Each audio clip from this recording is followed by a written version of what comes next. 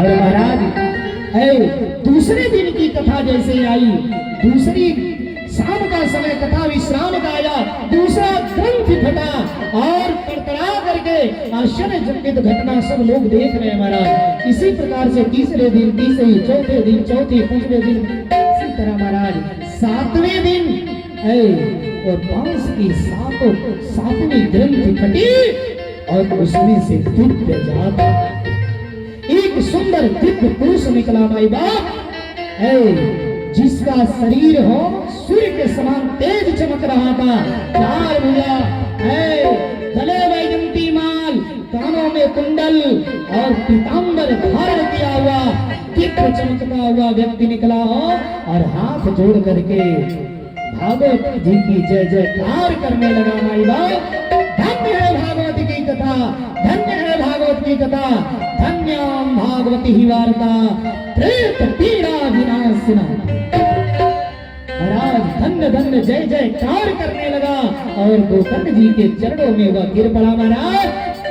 और देखते देखते बैकुंठ से विमान आया और जैसे विमान आया भगवत के पार्षद लेकर के आए माई बाप, और उस विमान में धुंधकारी को बिठा लिया और धुंधकारी को बिठा करके वह विमान लेकर जाने लगे। तुरंत गोकर्ण जी ने रोक दिया, भगवत पार्षद सुनो, यहाँ सबने कथा सुना है हो, खाली धुंधकारी थोड़ी ना कथा सुने, या इतना लोग बैठे हैं सबने कथा सुना है हो, तो खाली इनके लिए विमान काहे को आया, बाकी सबके लिए क्यों नहीं आया हो? महाराज भगवत पार्षद ने कहा कि अभी बात तो हम पूछ के आएंगे तब तक बता पाएंगे। अभी सब गए भगवान के पास पूछने, और पूछ करके जब आए बतलाते हैं महाराज, इस कथा में तो सब लोग बैठे हैं, लेकिन किसी की चिंता गैया में लगी है, किसी का चिंता दुकान में लगा है, किसी का चिंता पोता नाती में लगा है, किसी का चिंता घर के ताला में लगा है। तो तलवा नाई न भुलाई गया हो, दरबार राखिनी है अपने नाथे, राखिनी है अपने अरे शरण वाले, शरण वाले भगवान लागल बाटे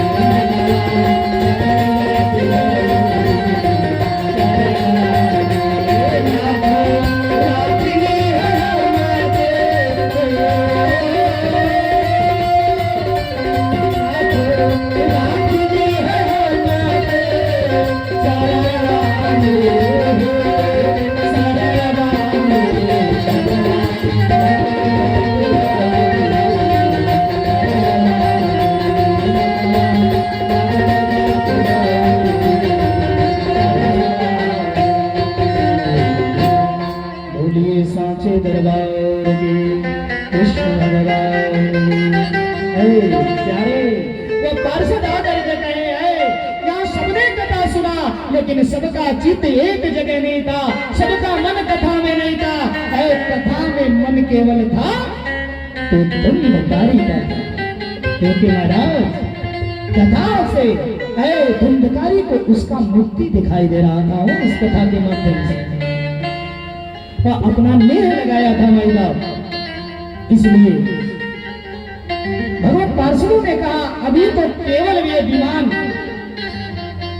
धुंधकारी के लिए आया है, लेकिन इसके बाद पुनः कथा का आयोजन करेंगे। सभी श्रोता अगर अच्छे से सुनेंगे तो सबके लिए विमान आएगा। बोलिए साचे दरबार की जय। अब महाराज भगवत पार्षद लेकर के सीधे बैकुंठ चले गए हो। धुंधकारी को महिला महाराज अब इधर श्रावण का महीना आया। गोकर्ण जी ने पुनः श्रावण के महीने में भव्य आयोजन करवाया, भव्य आयोजन करवाया। दूर दराज सबको न्योता भिजवाया, सबको आमंत्रित किया। सभी लोग आए और सब कथा श्रवण करते थे मन चिंतन से। माई बाप सभी मन चिंतन से कथा श्रवण करते थे। अंततः कथा जब विश्राम हुआ माई बाप, उस दिन एक बड़ा सा विमान बैकुंठ से आया और उस विमान में गोकर्ण जी सभी श्रोताओं को लेकर के सबको बैठाए और लेकर के बैकुंठ चले गए। बोले कृष्ण भगवान की राधा रानी की हमारे साथ श्री रघुनाथ तो किस बात की चिंता।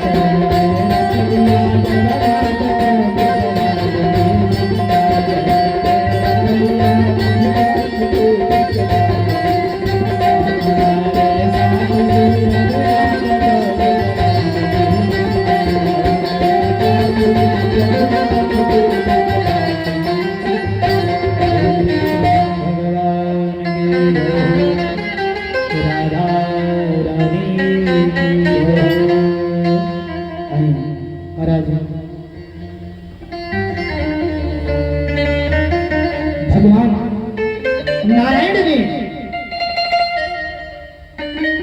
अपने भक्तों के लिए परमात्मा ने विभिन्न प्रकार के रूप बनाए हो, नाना प्रकार का रूप बनाए। महाराज जब जब भक्तों पर विपत्ति आई, हेलो